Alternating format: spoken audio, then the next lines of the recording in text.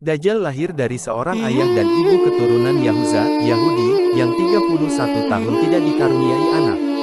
Ketika lahir, Dajjal menjadi anak yang paling menyengsarakan kedua orang tuanya, sebagaimana digambarkan oleh Rasulullah. Ibu Dajjal itu melewati pernikahannya selama 30 tahun tanpa melahirkan satu anak pun.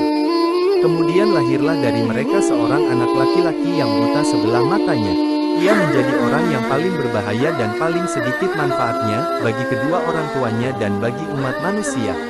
Kedua matanya tertidur tetapi hatinya tetap terjaga. Keluarga Dajjal, ayah dan ibunya adalah penyembah berhala. Mereka menyembah berhala berbentuk sapi betina. Menurut Dr. Isa Daud dalam bukunya, Kemunculan Dajjal di Segitiga Bermuda, Dajjal lahir 100 tahun sebelum kelahiran Nabi Musa alaihissalam. Ada yang menyebutkan cikal bakal Dajjal lahir dari nama Musa Samiri si pembuat berhala sapi emas. Sementara dalam buku Izaru Masih Ad-Dajjal disebutkan, Dajjal lahir dari hasil hubungan ketika ibunya sedang menstruasi, lalu terjadilah kehamilan sebagai pengaruh perbuatan iblis. Dikisahkan, pada malam yang menakutkan diiringi embusan angin dan hujan lebat, pasangan suami istri itu mendengar suara dari patung sapi betina yang mereka anggap sebagai Tuhan mereka. Kemudian patung itu memberitahu kepada mereka akan kelahiran seorang anak. Setan mengetahui keinginan suami istri itu mendambakan seorang anak laki-laki.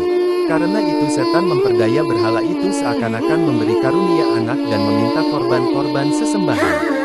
Demikianlah cara setan menipu daya manusia. Perempuan itu pun melahirkan anak lelaki tetapi kedua matanya cacat sejak lahir. Bayi itu suka tidur malam dan siang dan jarang bangun. Sejak kelahirannya, Dajjal tidak mau menyusui dan selalu tertidur, hingga mengakibatkan payudara ibunya mengalami pembengkakan hebat dan menimbulkan panas yang luar biasa. 2 bulan kemudian ibunya meninggal. Ayah Dajjal berpostur tinggi, gemuk, dan memiliki hidung seperti paruh burung sedangkan ibunya berbadan gemuk, kedua tangannya panjang dan memiliki payudara yang besar. Anak itu sangat membahayakan kedua orang tuanya dan juga umat manusia. Bukan hanya ibunya saja yang merasakan kesengsaraan, sang ayah pun demikian. Adapun kesialan yang dibawa Dajjal bagi ayahnya ialah setelah kira-kira 4 tahun, Dajjal hanya diam dan tidur saja sejak kelahirannya. Pada suatu malam anak itu bergerak merangkak seperti balita. Ia berjalan ke arah patung-patung berhala kemudian tidur di sisi patung itu. Sang ayah pun bangun keesokan harinya dan mendapati anaknya tertidur di pangkuan patung Tuhan mereka. Ayahnya memanggil tetangganya dan berita itu menyebar luas, penduduk sekitar berbondong-bondong datang untuk menyaksikan hal tersebut. Kemudian hakim kota mendengar dan ingin memiliki anak itu yang dianggap dapat membawa keberkahan. Maka diutusnya mata-mata untuk membuat siasat, maka dihadapkannya lah ayah Dajjal kepada hakim kota dan dipaksa untuk mengaku bahwa kabar berita itu adalah hasil rekayasa dirinya semata. Karena itu ayah Dajjal dipaksa untuk mengaku bahwa dirinya lah yang telah mengangkat anaknya dan menaruhnya di pangkuan patung sapi itu. Karena ayah Dajjal menyangkal tuduhan itu, ia dipenjara dan disiksa. Sementara Dajjal diambil oleh hakim dan dirawat di dalam istana. Dalam menghadapi siksa di penjara, ayah Dajjal tidak kuat sehingga ia terpaksa mengakui kebohongan itu. Setelah ia mengaku, ayah Dajjal pun diusir.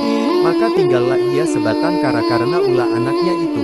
Dalam keterasingannya itu ayah Dajjal meninggal dalam penderitaannya.